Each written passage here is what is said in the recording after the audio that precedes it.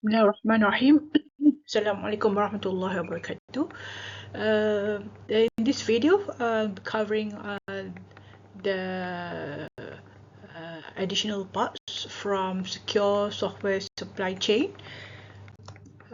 In the previous content, we have covered the two items, and in this video, we are covering topic related to pedigree and provenance. It's actually referring to the same thing, and also additional consideration in dealing with cyber security supply chain. The latest one, right? So we have looked at the third-party component, and that brings us to SBOM, a more detailed documentation to record third parties and so on. And then looking at supply chain, there is also the issues of pedigree. So pedigree, what does it means in supply chain is that you know that nowadays in modern software, it is actually being assembled using third-party open source.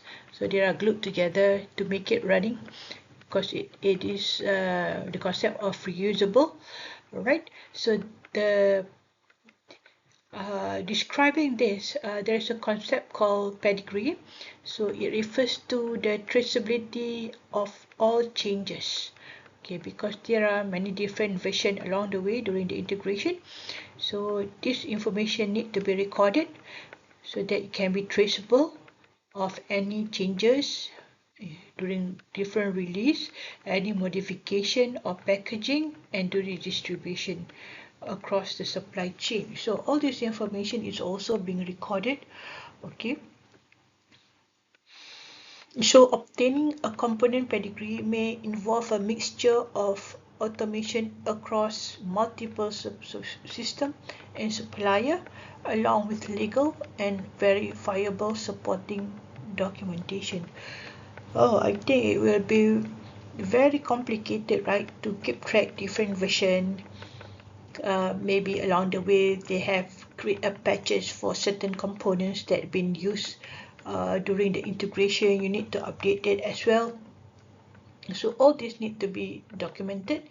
So you need to document the prior version and so on, the original version and so on, for different parties of components that have been used together to develop a product.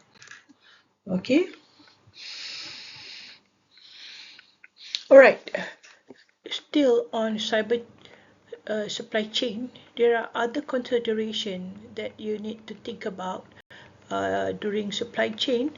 So you need to see how, once the system are ready, are being used at the client side, the way that the system are being used, the way the communication are done once the system are installed at the customer's server for production. So you need to also think about how the communication are being done in the supply chain. Okay, so does the organization use a secure communication protocol during the transfer? All right, do they use a more secure transport layer protocol?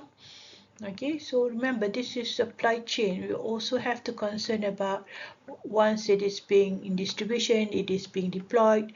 So, and looking at the security point of view, so even though originally the system was secured, but once it is being used by client, if they do not use secure protocols for communication and so on, still it will open up for weaknesses.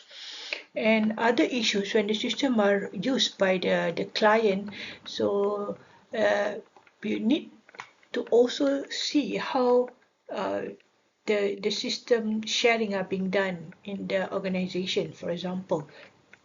So we want to see whether in the organization, how do they configure the infrastructure, like the computer, the network printer, do they set different rules and so on. Okay, confidentiality issues may also arise when users with higher privilege access and store organization data. Okay, so those are additional things that need to be considered. And also risk of unauthorized access to sensitive organization data exists when users share systems like computers and printers. Okay, sometimes one user log in one different computer, not maybe at home, all right, which is not secure, and or passing important documents to the printers. Okay, and also once the system are being used in organization, we need to also see how the file sharing technology that are being used nowadays. People are during COVID, many people work from home, right? So compared to the network in the offices or in organization with firewall, is more secure. But once you work from home, you depend on the network at your home, where the laptop that you use might not be running on latest Windows and so on, right? So that's also open up to possible security attack. Or sometimes you use when transferring files, for example, you use unknown server. Okay, you use and sometimes the files are so big, you use different transfer, you use different server, all right, which might be open up to tampering or any undesirable data sharing. And also lastly, related to supply chain, the code repository, when you are doing the development, so there are a code repository referring to file-based storage structure for the source code. Okay, so this aspect here, this is more of the aspect during the development. Okay, so basically during development, they're having different controls and so on, right? The access control is typically either role-based or individual identification, so there will be many people involved here. So there are also open up to security weaknesses here.